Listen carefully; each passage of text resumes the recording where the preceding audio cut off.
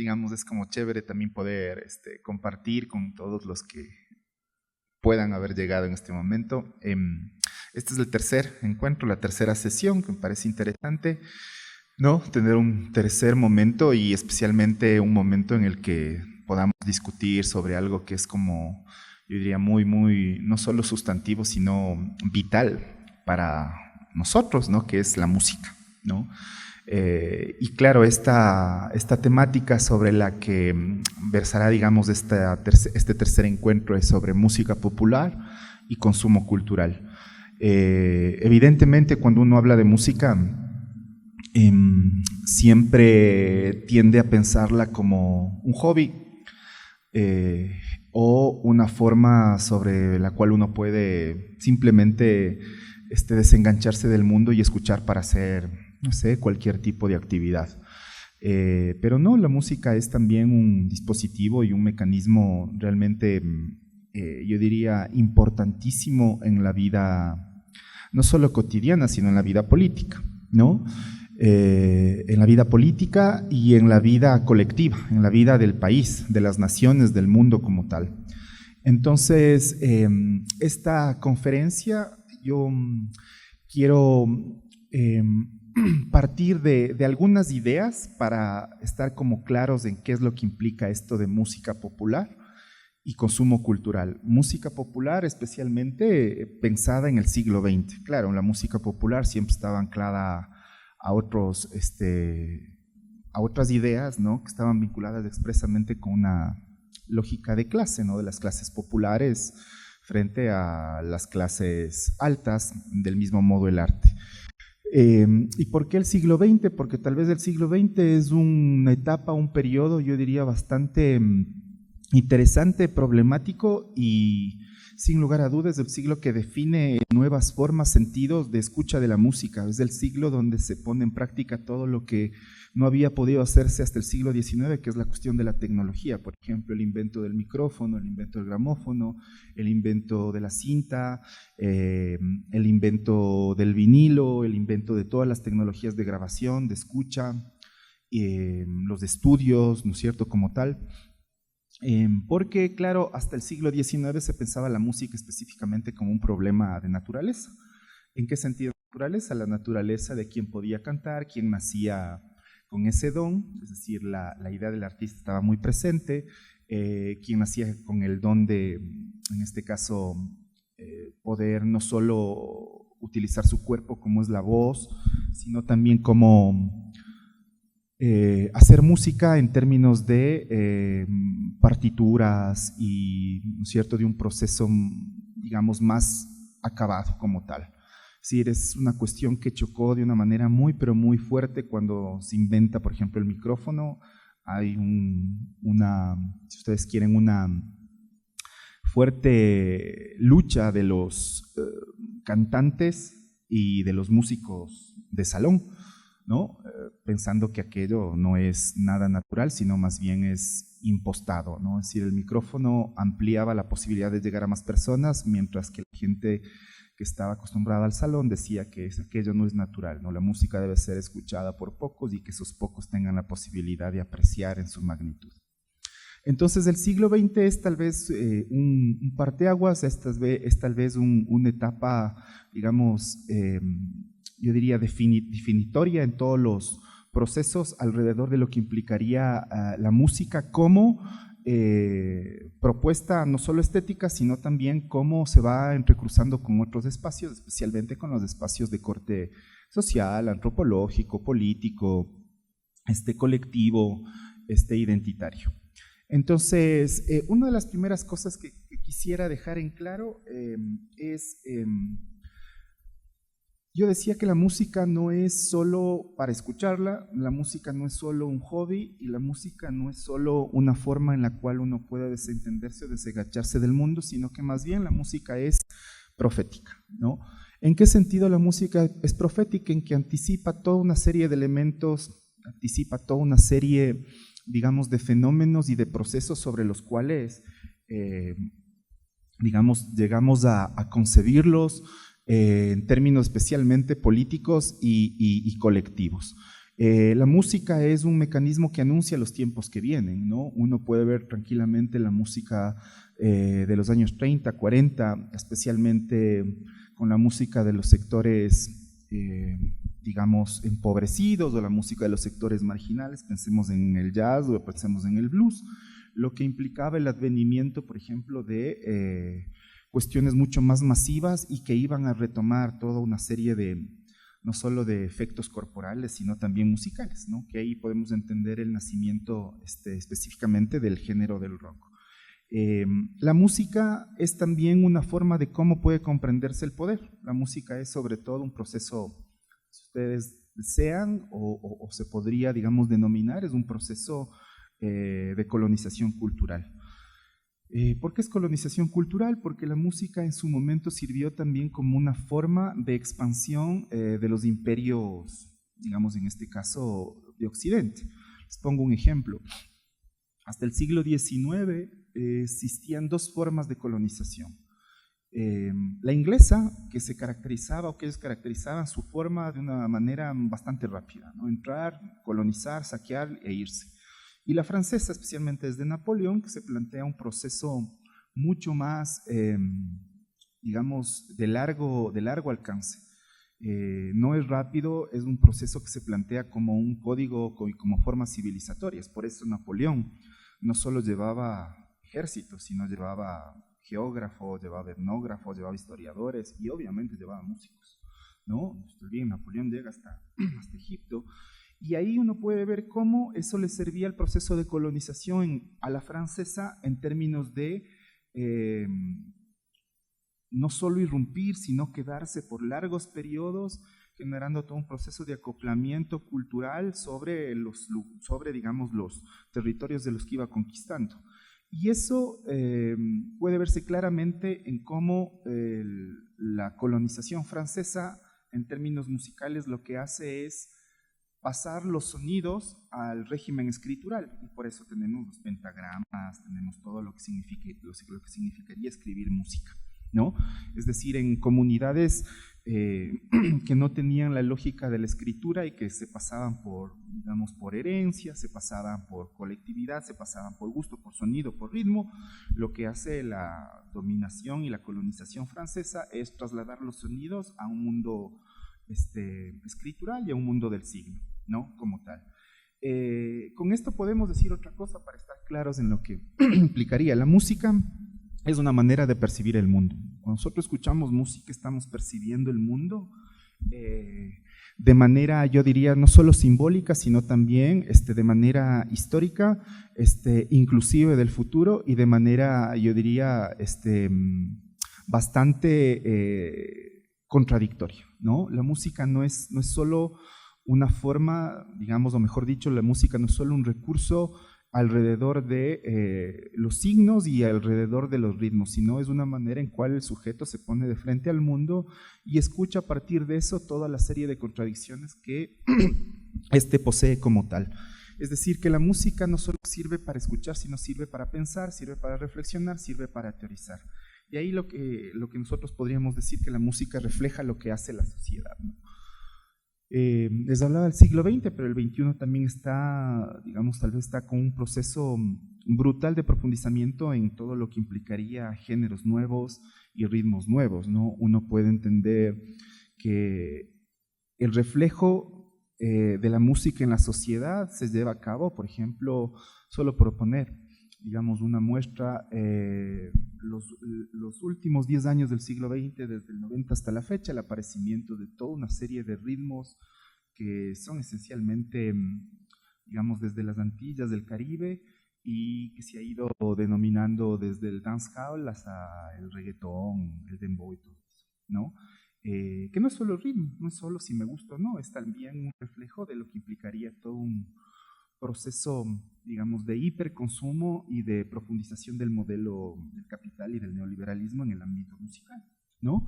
Es decir, el reggaetón, por lo menos si ustedes pueden ver videos, ¿no es cierto?, del reggaetón, muestra todo ese hiperconsumo y esas fantasías de los sectores marginados por llegar a tener lo que digamos, el capitalismo más brutal se les había negado. Por eso los videos de reggaetón tienen helicópteros, mujeres, dinero y una serie de cosas, ¿no? Es decir, ese reflejo de la música está permanentemente también en el ámbito de las lógicas y las dinámicas, en este caso del sistema, ¿no? Lo que nosotros podemos decir para estar claros en esta charla es que la música no solo es el reflejo del sistema, las formas, los advenimientos, sino que la música también resulta ser una forma de ritual, ¿no? Permanentemente uno escucha música cuando piensa que está descansando, o cuando se sube al auto, cuando va en el bus, o cuando camina digamos, con algún dispositivo, ¿no?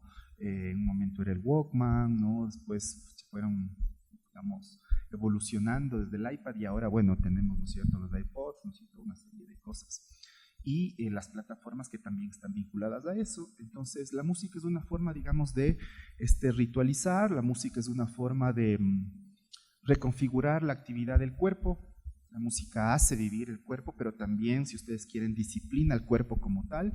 La música es una batalla cultural, es una forma de lucha en términos de las prácticas culturales hegemónicas, las prácticas culturales del poder, frente a las prácticas culturales no hegemónicas, ¿no?, como tal, ¿no? Eso un poquito solo para quedar claro lo que implicaría, partiendo de estas ideas, de lo que nosotros podríamos entender como un proceso de aclaración.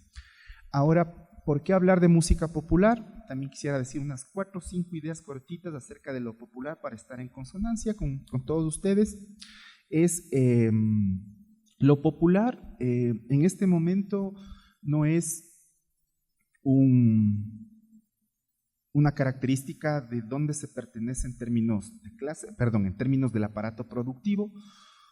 Más bien lo popular ahorita es lo masivo. Lo popular ahorita está diseñado, está producido y está puesto en circulación desde el mercado como tal. Es decir, lo popular en este momento rebasa concepciones desde los años 30, 40, 50 hasta los 70, que solo significaba la producción exclusiva de ciertos sectores, sino más bien lo popular se caracteriza por la masividad, ¿no? Uno puede ver, por ejemplo, hasta en ciertos años, los 60 especialmente, que había una tensión entre la producción, digamos, del pop o popular de ciertos sectores frente a una producción mucho más acotada de otros sectores, ¿no? Especialmente de las clases altas. Pensemos en la música especialmente parida de los sectores obreros en Norteamérica o en Europa. Pensemos esencialmente en el rock frente a una música académica, como podría ser la música barroca, clásica, neoclásica, neorromántica, ¿no? Claro, ahí uno puede tal vez mirar, ¿no es cierto?, que la música, digamos, que para muchos le denominan solo clásica, y está mal dicho, porque la música clásica es solo un periodo. Uno podría decir que es, no sé, Beethoven, que es Berlioz y todo eso. No necesariamente todo es clásico, por eso decía, hay música barroca, hay neobarroca, romántica, neorromántica como tal. Sin embargo, era consumida y circulada en círculos mucho más pequeños. Pensemos ahora que la realidad es tal vez, yo diría, mucho más compleja, en que por ponerles un ejemplo, esta cabalgata de las Valquirias ¿cómo se llama? De este músico que acogió el nazismo, ya me acuerdo. Fue puesta en una película de las Guerras de las Galaxias, ¿no? Es decir, no era una música para eruditos, una música solo para músicos como tal, sino que sirvió como inclusive para una publicidad en los años 70, y después la música de la guerra, y cuando salía Darth Vader ponían la cabalgata de las Valquirias de Wagner, ¿no? Y Richard Wagner, ¿no es cierto?, de Wagner, la cabalgata de las Valquirias. Cuando uno escucha la cabalgata de las Valquirias, no le viene Wagner, le viene Darth Vader, ¿ya? Y claro, ahora ustedes ven con el aparecimiento de un nuevo actor dentro de la producción musical, que no es el músico, no es el guitarrista ni nada, sino es el DJ, por ejemplo. ¿Qué es un DJ? ¿Es músico o no? ahí está, digamos, la discusión contemporánea. Un DJ es músico para muchos y muchas no lo es porque no toca un instrumento, pero tiene un sampler, es decir, los nuevos elementos que aparecen en la producción musical, como es el sampleo, como son los beats, ¿no es cierto? Y todo esto.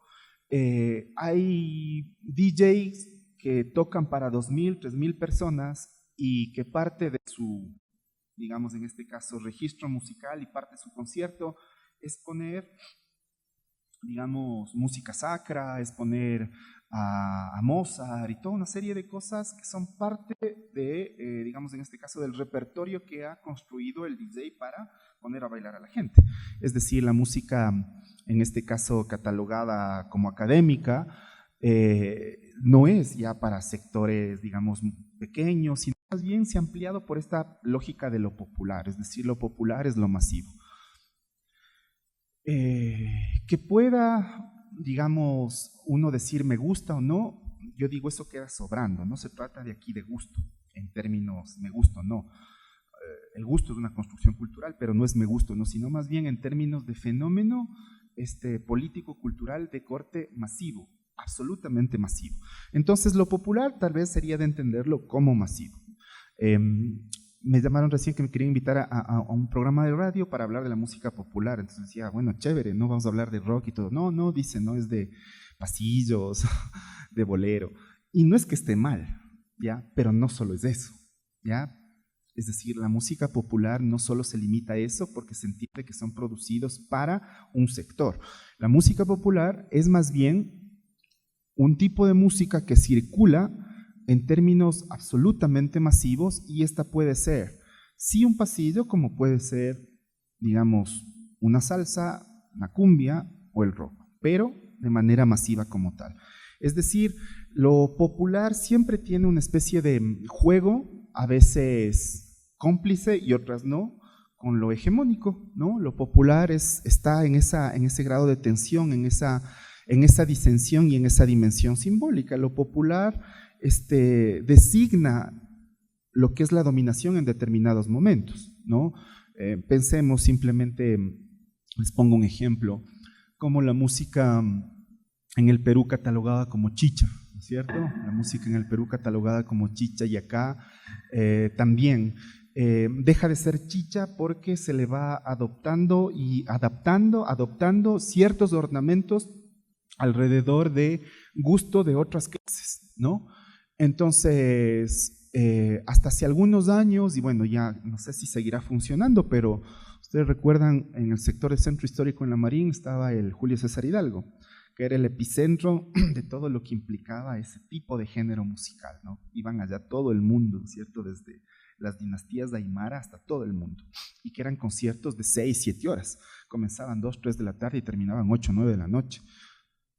Y cada cantante o grupo tenía sus propios fans como tal. Sin embargo, siempre estaba visto en un imaginario de música, digámoslo así, música para gente pobre, para gente marginal, para gente que estaba en una especie de umbral entre lo formal y lo informal, que bordeaba para muchos con el ámbito inclusive delincuencial. ¿En qué momento cambió eso? ¿No? ¿A quién se le ocurrió invitarle a un disco a tocar consigo a cierto artista y cierta canción? Si no fue a los grupos, digamos, que no estaban en ese sector, sino que eran grupos que tenían otros accesos, grupos de la clase media para arriba, que fueron, digamos, incorporando, ¿no?, a Hipatia Balseca, a sus conciertos y todo, y que ya no tocaban en el Julio César Hidalgo, sino en el Centro Cultural Metropolitano. Entonces, claro, por un lado, lo popular tensiona, designa, en este caso, la dominación, y por el otro lado, aprovecha también como tal. Y del mismo modo, desde los sectores dominados también pueden generar estrategias de aprovechamiento y de complicidad con los que dominan. Por eso, para estar, digamos, en sintonía con lo que quiero hablar, para entrar al proceso de la música, podríamos decir que lo popular tiene muchas miradas, ¿no? Cuando uno dice esto es popular, es porque es conocido, sí, es porque es masivo, por supuesto, es porque es pobre, no, es porque es lumpen, no necesariamente. es sobre todo por las capacidades, digamos, de circulación que tiene. Lo popular se caracteriza por lo masivo como tal. Por eso lo popular exige una serie de pensamientos, miradas, exige toda una serie de, en este caso, de percepciones sobre lo que puede implicar, ¿no? Yo diría, la muestra Trajines es popular. Evidentemente es popular porque recoge, digamos, todo un proceso alrededor de los trajines, ¿no es cierto?, del trajinar como tal. Ahora habría que ver qué capacidad tiene de salir del museo y convertirse, digamos, en una lógica masiva. Del mismo modo, digamos, podríamos decir la música, ¿no?, como tal. Dicho de otro modo, lo popular es lo que se dice y lo popular es lo que se ve, ¿no?, como tal. No es una mirada flexible de que todo puede ser y todo y nada a la vez, no. Lo popular hay que entenderlo en este contexto, ¿no?, el contexto del consumo, de un consumo más o menos consciente, un consumo inconsciente, una cuestión masiva, una cuestión que está transversalizada por el dinero, por el capital, por el arte, por la estética y por todo. Es decir, que lo popular es un espacio donde se juntan, se mezclan cosas, pero no de manera, yo diría, armónica, ¿no?, sino más bien lo popular es un espacio donde son injertos, donde se articulan, donde se encuentran y a la vez donde se encuentran y generan tensiones y generan desarmonías y pugnas. Solo pongo un ejemplo para que más o menos ubiquen. A nosotros nos han dicho que una de las características de la identidad nacional ecuatoriana es esta noción de mestizaje, este crisol, y el mestizaje es lo más lindo y todo. No, no, para nada. El mestizaje es un proceso tremendamente violento también, es un proceso tremendamente excluyente y es un proceso, yo diría, tremendamente precarizador. Entonces, lo que podríamos decir que ese tipo de mestizaje no sería popular, de hecho es popular, simplemente que hay que entender, digamos, los procesos de intersección y los procesos donde se articulan miradas, sentidos, cuerpos, formas de vida, formas de mundo, son no solo complejos, sino que son tremendamente, digamos, violentos, ¿no? Entonces el mestizaje no es como nos han hecho creer ciertos historiadores, ¿no?, Salvador Lara y esas cosas. Más bien el mestizaje es todo lo contrario. El mestizaje es, yo diría, un espacio donde se dinamizan, donde hay puntos de fuga, donde se construyen fronteras, en donde se reafirman esas fronteras, pero de modo no tan armónico, y creo que eso le hace interesante, que no sea visto como una forma armónica y homogénea. Entonces, sí.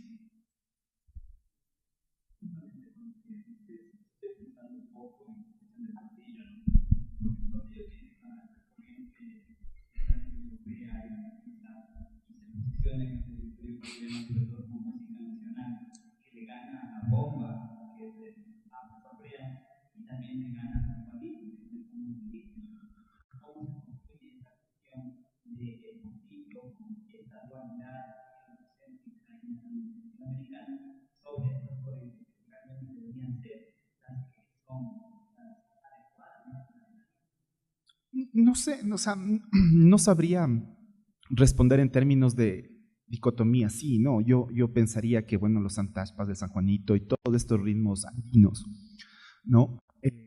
Evidentemente nunca se perdieron, ¿no? Evidentemente permanecieron en las comunidades.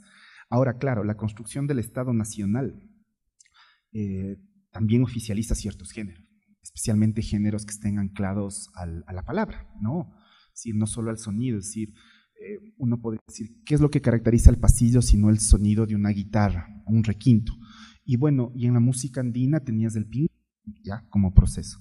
Pero claro, también ahí, vuelvo solo con esa aclaración, es el reflejo de la sociedad y es la posibilidad de advenir a un tiempo en el cual se sitúa, digamos, por ejemplo, la República del Ecuador. Pues no podías de algún modo poner un santashpa o un San Juanito como música nacional, porque ¿qué era lo nacional en ese momento? ¿No? Estamos aquí en la Cárcel de las Culturas, ¿no? Benjamín Carrión. ¿Cómo pensaba Benjamín Carrión lo nacional? De seguro ahorita lo que pensaba resulta muy ingenuo, tierno y hasta da iras también. Pero era el tiempo que vivía Benjamín Carrión. Salíamos de la guerra con el... Ni siquiera la guerra, ¿no? Salíamos de la escaramuza, cercenados y todo. ¿Sobre qué te anclas? Entonces, claro, además pensemos una cosa, pensemos que el pasillo es por definición no música como decían de borrachos, es por definición música letrada. O sea, era poemas, se pasaban poemas, es decir, ¿quiénes musicalizaban los poemas y no los pasilleros, ¿no? Ustedes pueden escuchar los típicos poemas de la generación decapitada, ¿cómo se llama? Del poeta que suicidó en Guayaquil, Medard, que está claro, y todo eso, era música letrada como tal, ¿no? Era música letrada que se ponía, digamos en este caso, ritmo y todo eso, pero era parte de toda la construcción del Estado-nación como tal, del mismo modo la literatura. Ahora eso puede verse que vuelve de manera más ampliada y masiva entre los años 80, 90, digamos acá, con, digamos, personas que ven en el pasillo la posibilidad de, ellos en revistas han dicho, ¿no?, de actualizar, dicen, ¿no es cierto?, actualizar para las generaciones jóvenes. Claro, a primera vista puede ser loable y todo, pero realmente es una tomadura de pelo, ¿no?, como tal. Es decir, más bien hay como posibilidades experimentales sobre la música que ha estado. Por ejemplo, en los años 80, justamente en el Teatro Prometeo, hubo entre el año 82 y 83 un concierto que de algún modo para mí cambia la línea histórica musical en la ciudad de Quito. Se presentó un grupo que se llamó Promesas Temporales, ¿no? Promesas Temporales, Huidrobo, el Alex Alvear, el Héctor Napolitano y todo, ¿no? Se presentó en el Teatro Prometeo. ¿Qué pasó? A la cuarta o quinta canción, no recuerdo quién estaba de presidente de la Casa de la Cultura, llamó a los organizadores y quiso suspender el concierto, porque decía que eso no es folclore. De ningún modo Promesas Temporales estaba haciendo folclore, sino que tenían ciertos instrumentos y sonaban a ciertas cosas. Entonces dijeron que eso era una falta de respeto a la cuestión de la música y del folclore y de la identidad nacional, ¿no? Y lo que ellos estaban haciendo es poder mixturar, poder, digamos, en este caso, acoplar o poder mezclar el pasillo, el blues, el rock, el son, la música andina, porque además fueron a vivir, pasaron por ciertos, los Andes ecuatorianos, encontrando ciertas tonadas y trajeron instrumentos como la ocarina y eso. Eso sin duda para la gente de la época y especialmente para la Casa de la Cultura resultó una afrenta. Dijo que era impensable que eso pueda pasar. Por suerte no le suspendieron, dejaron que el concierto se dé. Sin embargo, ese grupo constituyó después toda una, digamos así, una fuerza y una posibilidad enorme de pensar no en términos puros y no en términos sacros, sino la música de este país es eso lo que estaban mostrando, desde una cuestión muy urbana hasta una cuestión absolutamente andina. Con esto, ¿qué es lo que quiero decir? Es decir, lo popular siempre está en crisis, lo popular siempre está, digamos, en contracción. Lo popular siempre tiene elementos culturales que se oponen.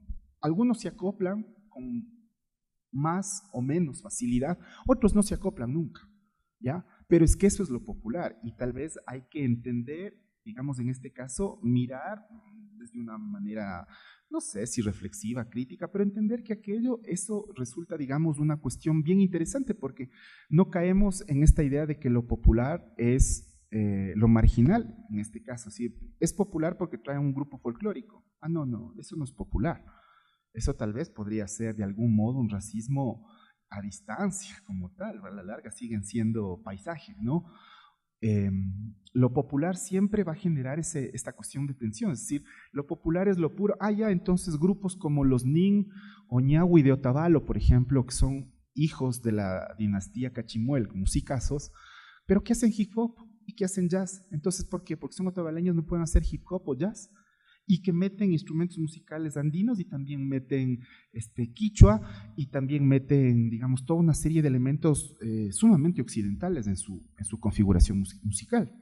Entonces no es puro, es decir, desde las comunidades de Otavalo le podrían decir es que no estás haciendo la música de tus abuelos que eran ñanda mariachi, no, están haciendo la música del mundo, ¿ya? Lo que hay, digamos, en este caso. Entonces, lo popular es siempre, digamos, ese grado y esa permanente crisis, ¿no? Con esto sí dejo en claro esto, lo que implicaría la música y lo popular. Y ahora sí, un poco hablar de la música. ¿Quieres decir algo? No, ya. Ahora sí, la música popular. Sí.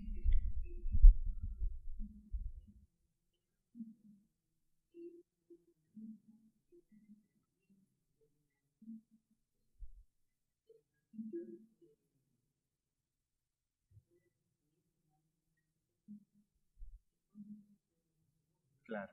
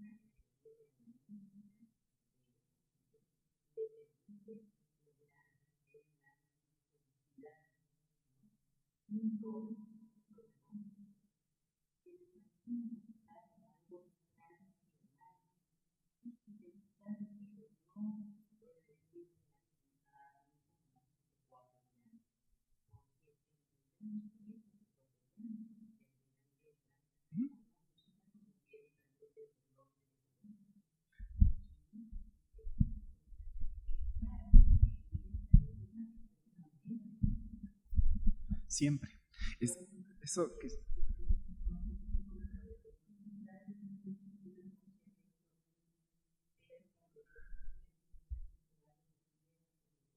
es que, claro, el primer concierto de Promesas es en el año 83, justo aquí en el Prometeo.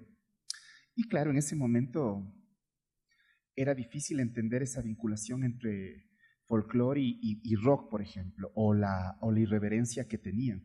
Obviamente después Promesas Temporales se vuelve el grupo referente, digamos, no de la nueva canción, sino de la canción experimental ecuatoriana, porque ya la nueva canción ya tenía todo, Intilimán y todo eso, pero Promesas está acá en el 83 en el Prometeo, que era un teatro en ese momento full importante, como ahora, pero era como, claro, Quito era pequeño, pues no tenías más teatros como ese y todo eso.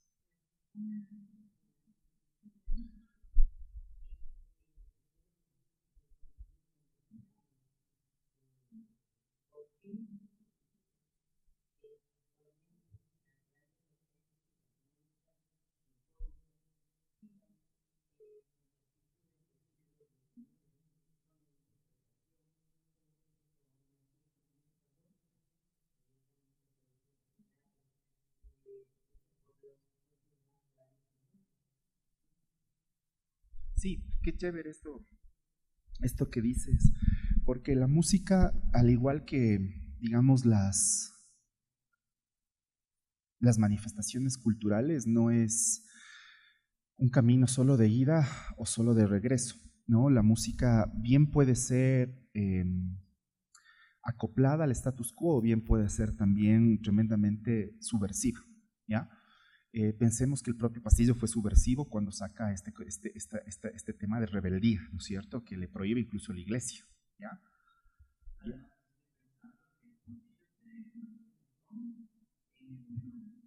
Sí, eh, por eso digo, el siglo XX es el siglo, si ustedes quieren, de los cambios radicales no solo en el mundo del arte, sino de la estética, sino en el mundo de la política. ¿Y por qué digo esto? Porque la música es esencialmente política. No solo porque resista o porque se acople o porque justifique, sino por su lógica mismo de nacimiento, de construcción, de circulación, de actualización, de ruptura y todo. Es decir, la música nace, no es lo opuesto al ruido. La música nace del ruido. La música podemos entender que es el reflejo del poder y los ruidos son las formas en que el poder de algún modo controla a los sujetos, ¿no? El poder tiene un sonido, el poder tiene una música como tal. Yo les decía, ¿no? La cabalgata de las Valquirias, pero también puede ser como cualquier himno nacional. ¿Por qué haces un himno nacional si no es para, digamos, sí, lograr identidad, pero sobre todo para cohesionar el relato de la nación, ¿no? Imagínate todos los países sin himno nacional. Y claro, y por eso tenemos esos lugares comunes que creo que ahora es más chiste que nada. Antes, de cambio, era verdad que decían que después de la Marsellesa nuestro himno era el más bonito del mundo, pero eso decían en Colombia, eso decían en Puerto Rico, decían todo, o sea, ¿no? Como tal. Y nunca la Marsellesa fue el himno más bonito del mundo. Fue un himno nacional que servía para cohesionar, digamos, en este caso, la construcción del Estado. Como era la música, como era el himno nacional, como son los museos, como son las efemérides, como son los nacimientos y todo, ¿no? Por eso es que la música es esencialmente política. Y la música juega siempre en una especie de ambivalencia entre el orden y el desorden. Siempre. La música está en eso. Por suerte no puede remitirse solo a un espacio y de ahí no puede salirse. Y es lo que vos decías, ¿no? Que puede ser también pensado desde aquí. La Filarmónica, ¿no es cierto?, de Londres, la Filarmónica de Londres, o pongamos un ejemplo, una orquesta, la Filarmónica de México, tocando con los Ángeles Azules, ¿no? ¿Ya? O sea, podemos ver eso y decimos, ahí está, ¿no? Tocando con los Ángeles Azules y Jimena Sariñana y una serie de cosas. A la Filarmónica le tocó aprenderse el ritmo de la cumbia o el ritmo, digamos, de los Ángeles Azules, ¿no? Como tal.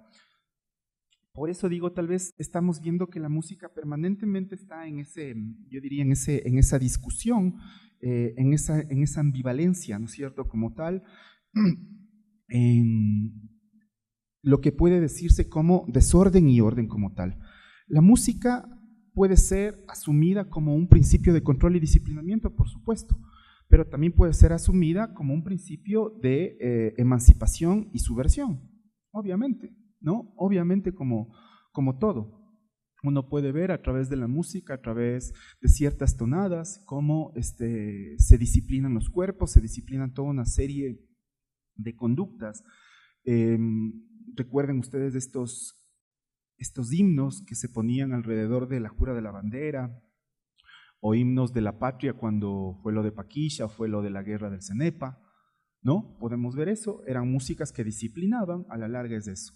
Pero también podemos ver otro tipo, digamos, de cosas en donde se cuestiona, digamos, aquello, ¿no? Se cuestiona esta idea de orden, de nación, esta idea, digamos, ¿cómo podríamos decir? Pretoriana, ¿no?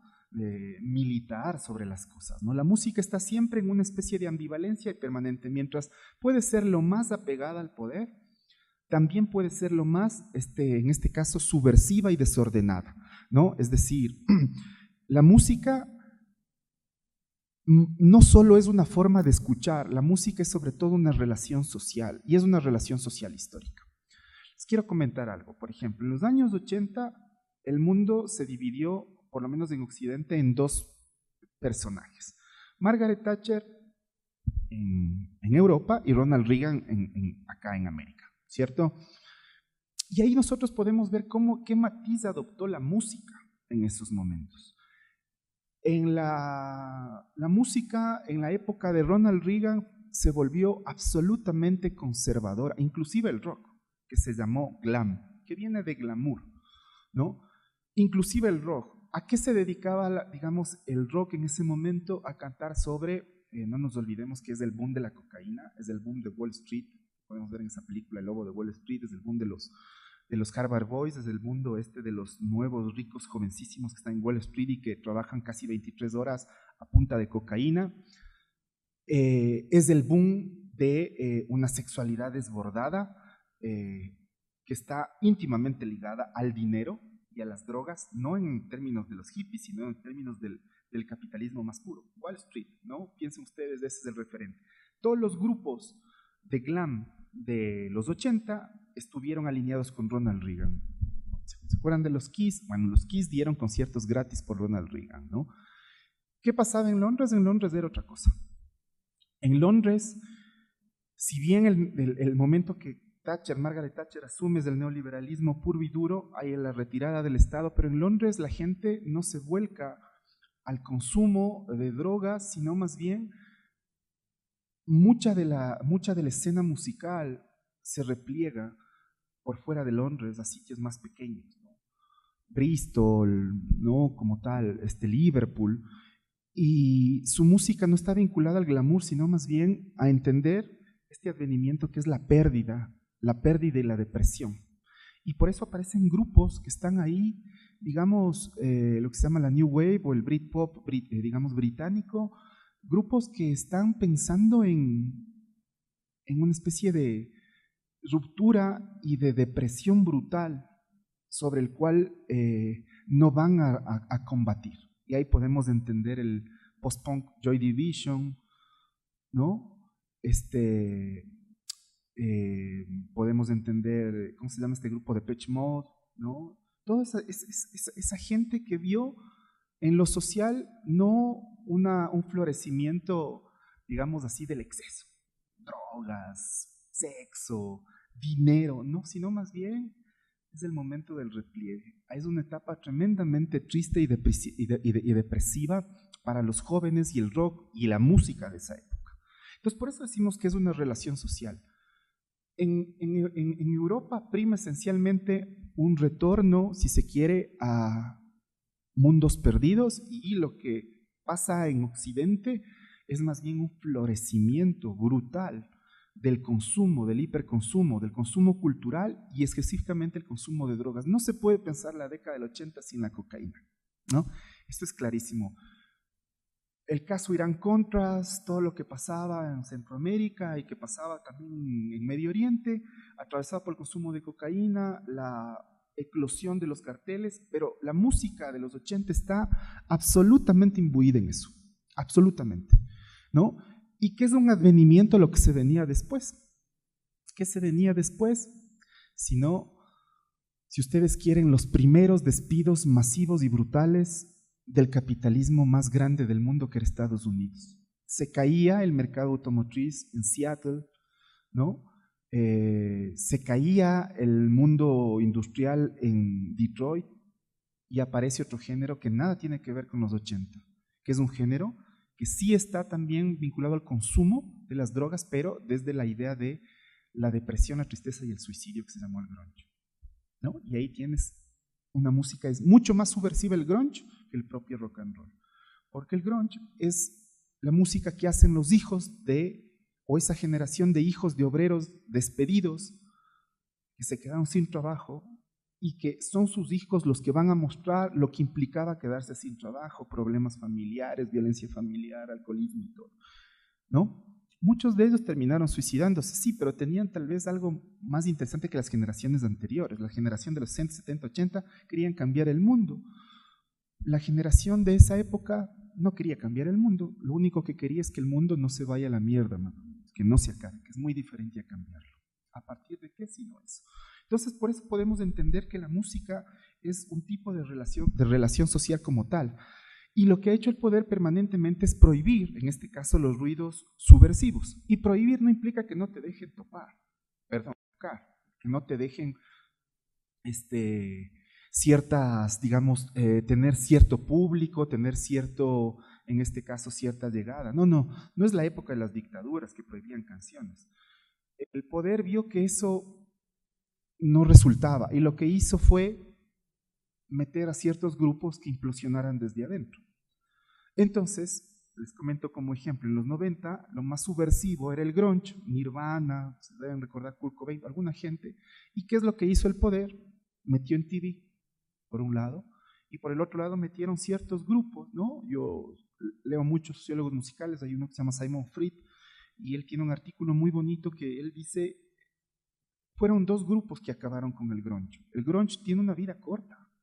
O sea, y eso es lo más tenaz del grunge. Aparece a finales de los 80, especialmente en esos sectores, digamos, industriales de Norteamérica, y que se vuelven absolutamente precarizados y pobres, y dura hasta cerca del 98, más o menos. O sea, tiene una duración de máximo 10 años, tal vez menos. Y lo que hace el poder fue contrarrestar a lo subversivo del rock o lo subversivo del grunge, poniendo grupos que les sirvan. Y ahí ponen a dos grupos, ¿no? Que les comento algún rato, pueden oírles. Del uno se llama No Doubt, ¿no? Es un grupo ahí. Y el otro se llama, se me fue, que es el Wake Up,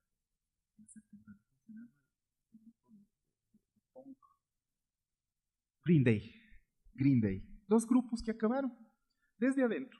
Le bajaron todo lo subversivo, lo contracultural, lo descarnado del grunge, y se convirtió en una cosa así como muy de gusto, muy de ir a escuchar y no pensar en nada más.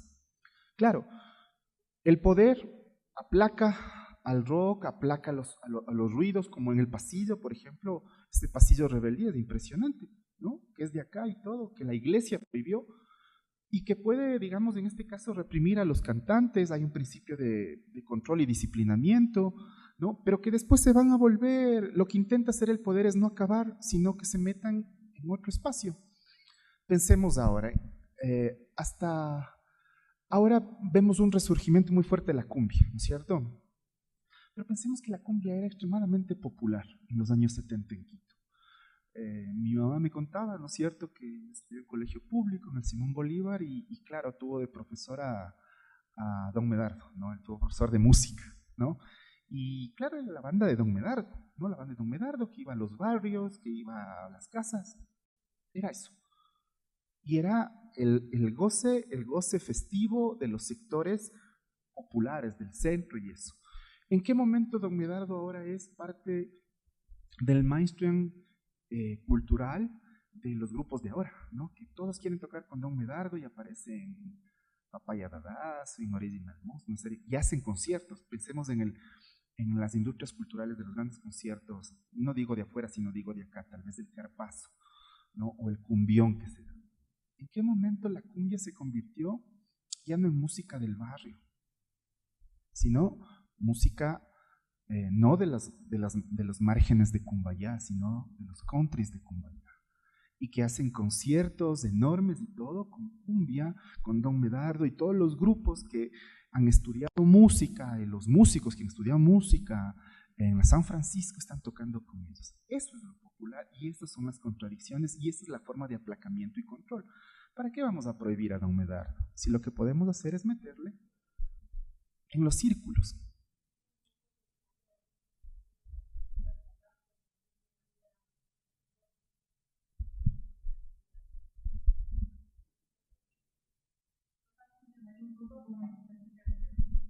Ah,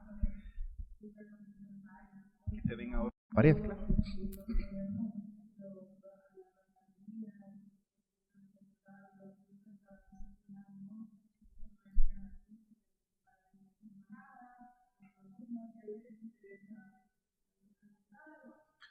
Claro, creo, sí. En la música es muy parecido porque primero te hacen pensar en lo políticamente correcto. Es decir, un grupo debe ser políticamente correcto, que no necesariamente tiene que ser de rock, tiene que ser de reggaetón, tiene que ser de lo que sea. Es decir, no incomode como tal. No incomode como tal. Creo que esto se viene dando, si ustedes ven, en todos los debates actuales. Por ejemplo, a nivel, digo, planetario, lo que está pasando en Gaza, ¿no? Que ha habido grupos que han dicho lo que está haciendo Israel es genocidio. ¿Y qué ha pasado? Les han cancelado. Otros han dicho tal vez la fórmula más confiable, ¿no? La música no se mete en eso, ¿no? La música, lo que queremos es la paz. Ah, pues muy bien, la paz. ¿Cuál paz? ¿No? ¿La paz de los sionistas que están acabando con un pueblo? ¿O una paz justa? ¿Ya? Entonces, obviamente, unos optan en términos, digamos, la música se inscribe en los sistemas de poder y por eso optan por lo políticamente correcto. Ahora, lo que uno también puede ver, y es la problemática tal vez de la música popular, es cómo íconos, grupos revolucionarios de la música nunca mueren, sino que son asimilados, en este caso, por las instituciones. Pero de ahí morir no mueren nunca, son asimilados simplemente. Pensamos el punk, ¿cierto? ¿Te gusta el punk? Me acuerdo, ¿no? El punk nace en los años 60, 70 en Londres, ¿no?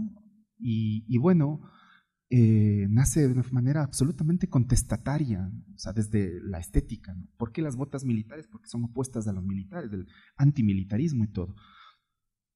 Botas militares que costaban, suponiendo ahora, unos 10, 12 dólares. ¿En qué momento esas mismas botas ahora se convirtieron en un diferenciador y en una lógica de distinción porque ya tienen una marca? Son Dr. Martens y cuestan 250 dólares. ¿En qué momento el punk fue asimilado por las instituciones y el poder y el consumo? ¿En qué momento Dolce & Gabbana hace camisetas punk, rompe los pantalones y de lo que vos mismo te hacías, ¿no? El hazlo tú mismo, terminas comprando la misma camiseta que vos podías hacerte, que te costaba, que te encontrabas en la calle por último, te cuesta 120 dólares, porque tiene una marca que es Dolce & Gabbana. Y del mismo modo la música. ¿Ya? Entonces, esto nosotros podemos ver, digamos, y que ha sido un proceso, en este caso yo diría permanente, ¿no? Y que tal vez es la problemática de la música popular. Cómo esta música, que puede ser cualquier género, se asocia a las instituciones. Pensemos en la figura de, recién falleció Willy Colón, ¿no? Willy Colón, tal vez yo sí separo la obra del artista, me parece que es un músico y un compositor excepcional y siempre lo voy a oír, pero creo que políticamente es una rata, ¿ya? Terminó de la peor forma, ¿ya?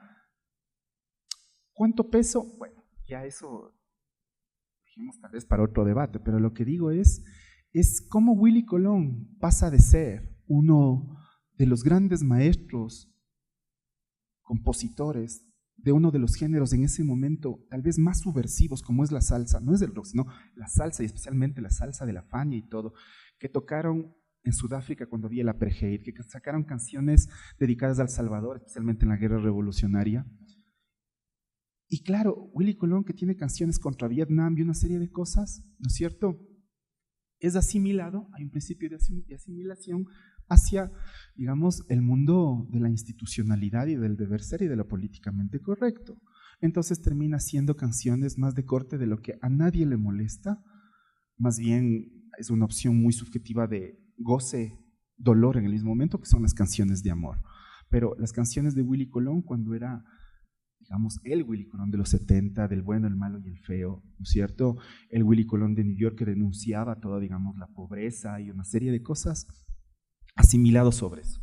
Entonces, eso es tal vez una de las cuestiones sobre el cual la música popular está permanentemente, digamos, en esta, yo diría, en esta tensión y en esta contradicción. Es decir, nunca, en este caso, los revolucionarios, sean personas o sean grupos, mueren, sino que más bien son asimilados por las instituciones.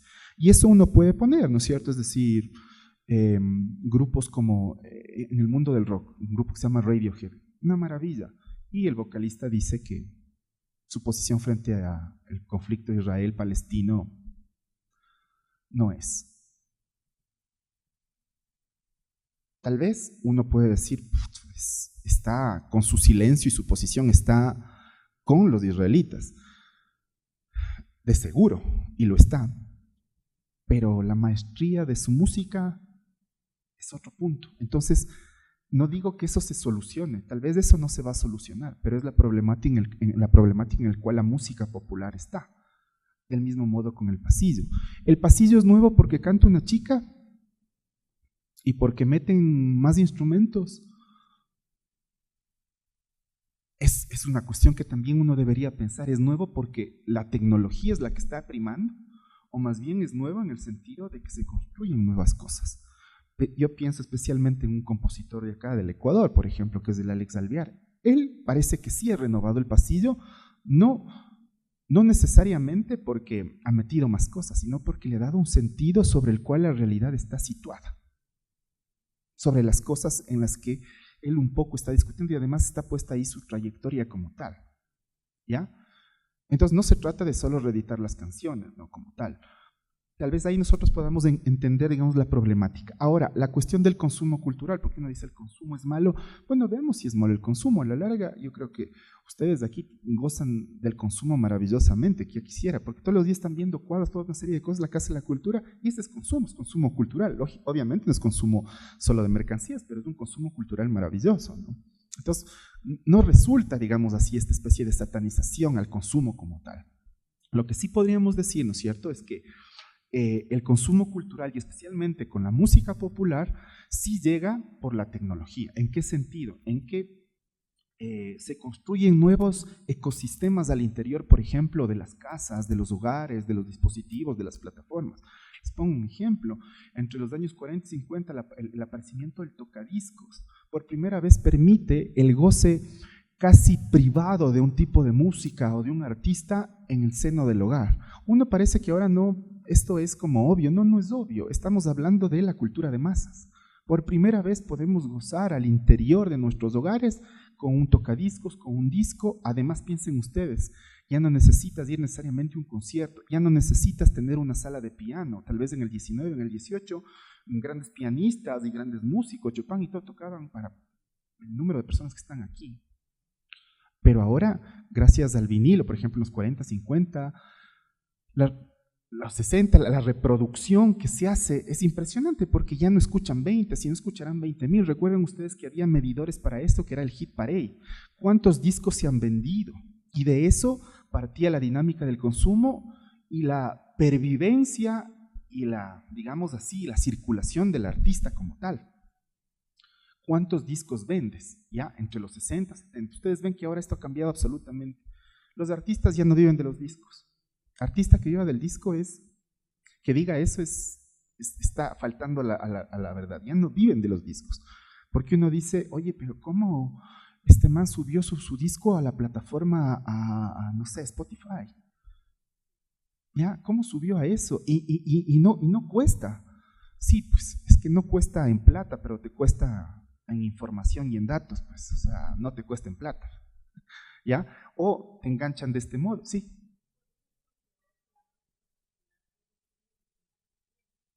Híjole, la música popular puede ser medicinal, o sea, yo creo que la música…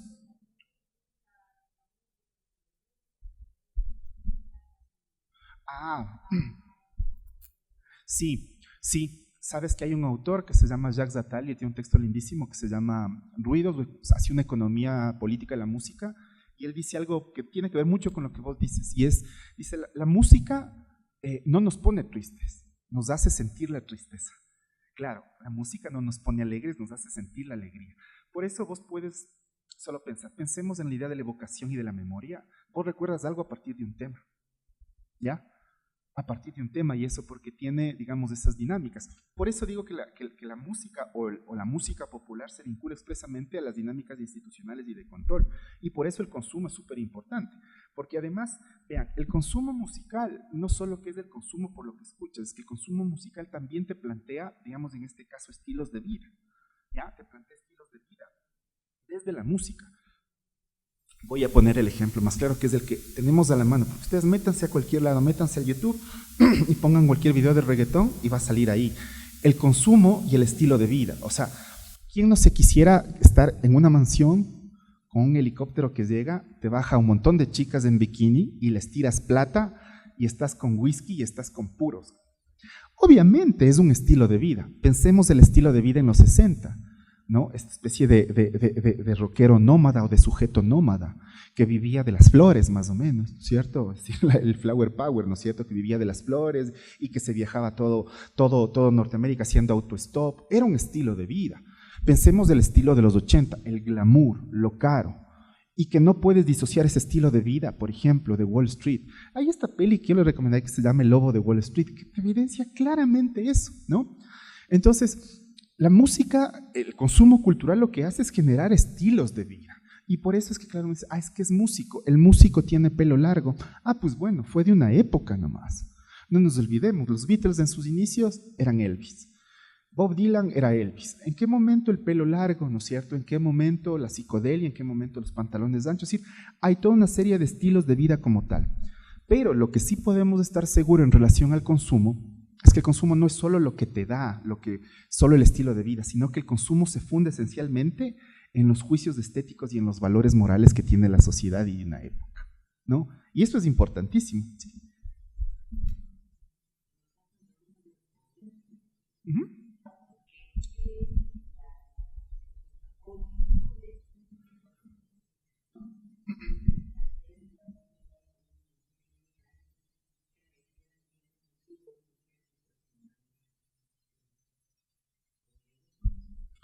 Ahí está.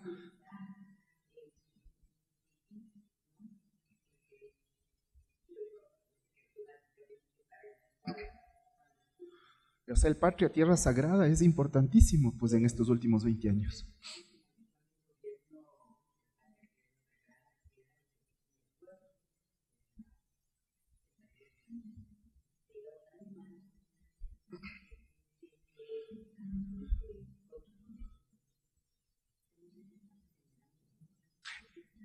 A eso voy, y eso es lo que actualmente se plantea. Nosotros ahora sí tenemos una producción musical que está esencialmente ligada a las dinámicas tecnológicas. Tecnológicas no por la tecnología per se, sino con la ayuda de eso. Fíjate que ahora un músico no necesita de una banda, por ejemplo. Con un sampler, ¿no es cierto?, y a través de un proceso que se llama looping, va haciendo música en ese momento, graba en ese momento. Dice, espérenme un ratito, grabo esto, listo, ahora sí. Y con todo eso, ya está. Y toca la canción de estudio que escuchaste y que sabes. ¿Qué es lo que no pasaba en los 70? ¿Cuál era la diferencia en los 70? En los 70 hubo una tensión al interior de la música de estudio que era que aparecieron grupos tan perfectos, ¿no? Pensemos Pink Floyd, Yes, Emerson, Lake and Palmer, perfectos, lo que se puede llamar perfección musical del rock. El problema es que estos grupos no podían después sonar igual en concierto, porque en el estudio eran perfectos. O sea, pensemos que tenían, o sea, ahora yo digo el DJ, pero antes yo digo el ingeniero de sonido. ¿Qué papel tiene el ingeniero de sonido? Un ingeniero de sonido tan maravilloso como George Martin de los Beatles o Alan Parsons de Pink Floyd, que después es su grupo. Se fue a Suiza para grabar relojes a las 12 del día para poner en una canción. ¿Cómo eso trasladas a un concierto? ¿Ya? Entonces el asunto de la tecnología ahora es que sí nos pone en que cualquiera en este momento, no digo puede ser músico, pero tienes todas las herramientas y tienes todos los accesos y posibilidades para generar música. Que de ahí vos tengas como una educación, una intuición, una sensibilidad musical para con eso poder hacer es otra cosa. Porque ustedes han visto que hay gente que le preguntan, yo digo es el mismo ejemplo del fútbol, ¿no? Y disculpen, es decir, cuando a alguien le pregunta en el fútbol, ¿no? ¿De qué juegas? Y te dice de lo que sea, no sabe jugar fútbol, porque uno siempre sabe de lo que juega, ¿ya? Y lo mismo en la música, cuando la gente te dice, a ver, ¿y vos qué escuchas? De todo. La verdad es de todo. Entonces vos escuchas rock de la Mongolia, escuchas pop de Indonesia, escuchas hip hop iraquí. No, escuchas todo lo que te pone la industria cultural hegemónica en el YouTube, nada más, o las otras plataformas. Eso es tu todo. Y si en ese todo está que tienes que escuchar desde vallenato y todo, pues lo escucharás, pero no es todo. Porque yo digo, a ver, ¿quién escucha hip hop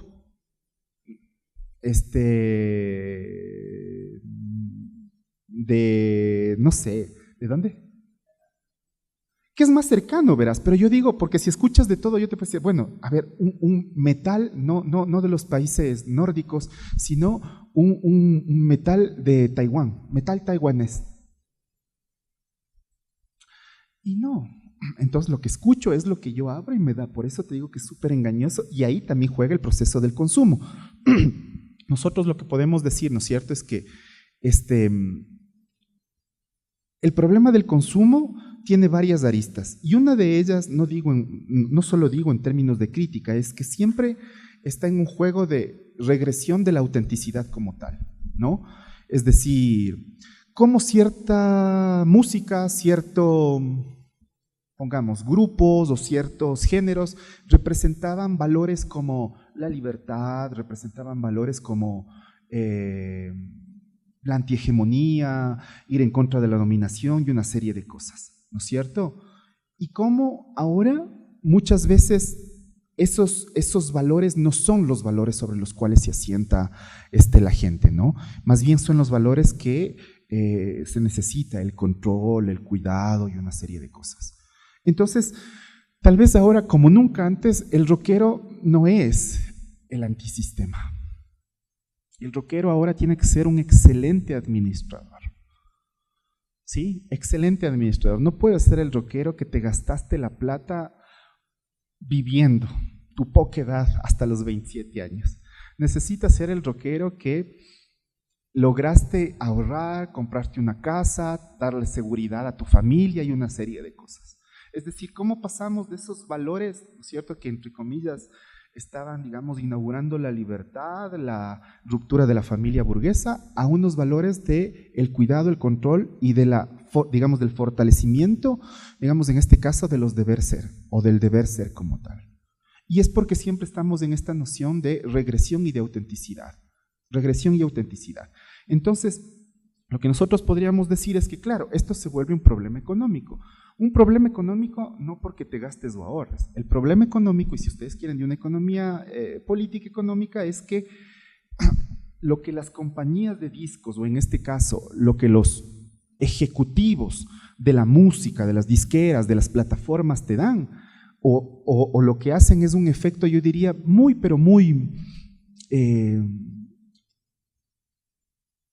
tenaz, un efecto muy, yo diría, miserable.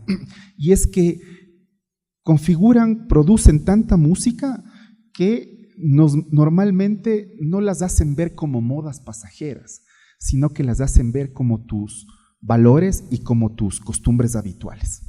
Y eso es una cosa tenaz. Es decir, no te dicen de frente, verán, esta música va a significar un momento, una etapa, sino que más bien te dicen, es que eso somos, pues. Y por eso te doy esto. Y ese grado es perverso, porque no estás pensando en el arte, no estás pensando en la producción, estás pensando específicamente en un problema económico. Entonces, vos ves ahora cómo se construyen las canciones del reggaetón, que es lo más claro como ejemplo, porque no tengo otro. No es que se construye en función de que alguien te decía antes, es que estaba en un momento dado en mi casa y pensé, y me salió, me dejó mi esposa, mi novia, me engañó, lo que ustedes quieran. No, ahora no, es un mercado, especialmente en Medellín. Medellín es el epicentro de la construcción de canciones. Va cualquier artista que esté en el negocio, grande o pequeño, se sienta donde un ejecutivo y dice, tengo estas 7, 8 canciones, ¿cuál quieres comprar? Y el ejecutivo le sugiere, yo creo que esta canción te va a hacer muy bien y todo tiene otro precio. ¿Ya?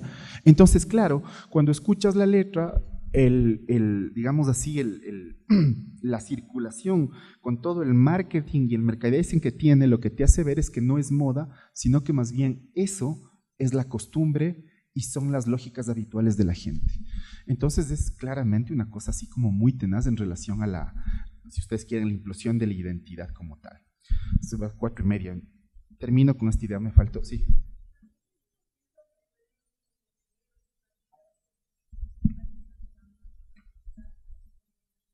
¿Con los qué?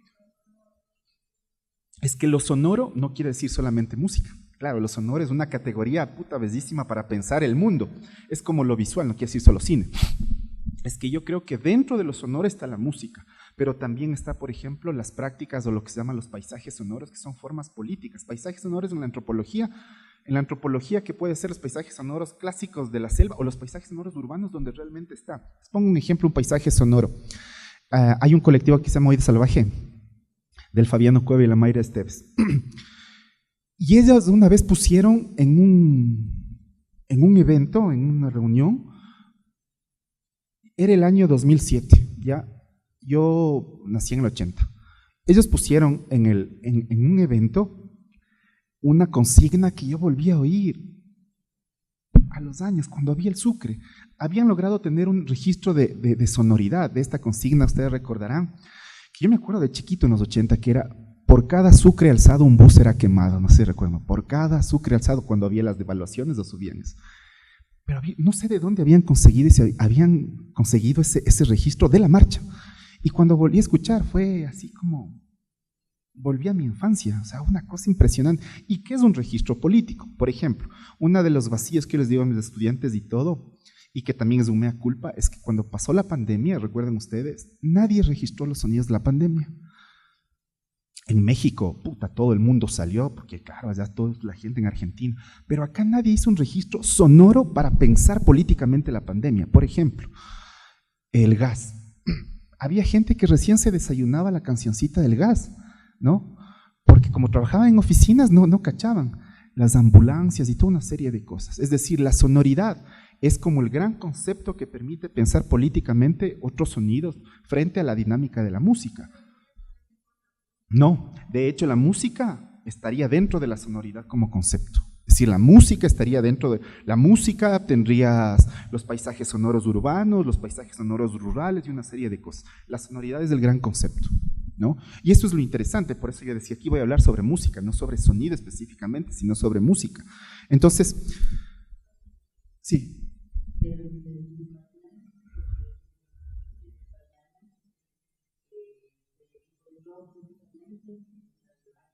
Claro.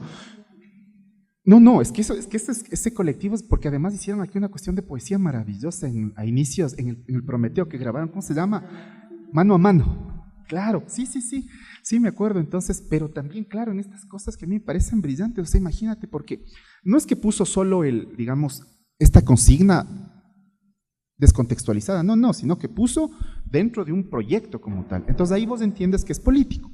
Entonces, para cerrar, primero agradeciéndoles y solo con esta idea, yo creo que el verdadero reto y el verdadero problema de la industria, del consumo y de la música popular en el contexto, digamos, neoliberal y capitalista, ya no está solamente en el control que pueden tener disqueras, plataformas y todo eso. Para mí, el verdadero problema y el cuestionamiento y el reto que tenemos es cómo eso permite generar flujos y vehículos, en este caso ideológicos, que la gente los asume como suyos o que la gente los asume críticamente.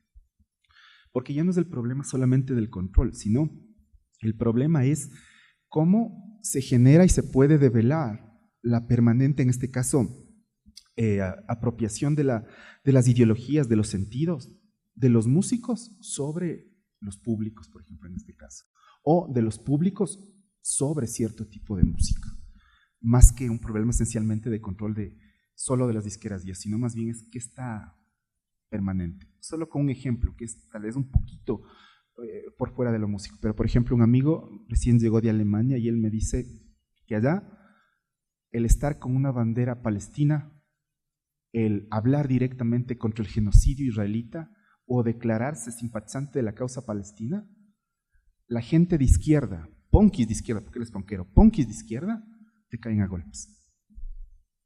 De lo que acá en cambio dices, allá la cosa es muy difícil y muy, digamos, por así decirlo, compleja pensar en términos ideológicos como acá hacemos. Acá la izquierda históricamente ha estado con Palestina.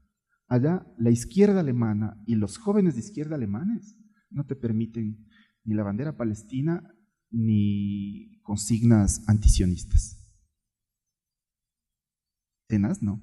Es más o menos lo que pasa con la música. Eso es. Gracias. Ya no hubo tiempo para las preguntas, pero bueno. Sí, es que fue poquito, entonces, bueno.